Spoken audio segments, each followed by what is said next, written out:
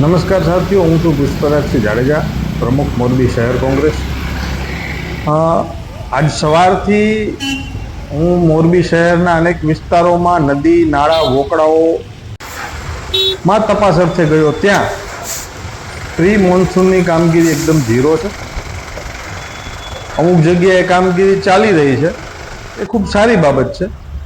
પણ મોરબી શહેરમાં આવેલા ખુલ્લા વોકળાઓ ઉપર જે આડેધડ દબાણ કરવામાં આવેલા છે, એ દબાણ તાત્કાલિકના ધોરણે હટાવવા જોઈએ એવી આ વિડીયોના માધ્યમથી મોરબી મહાનગરપાલિકાના કમિશનરને વિનંતી છે.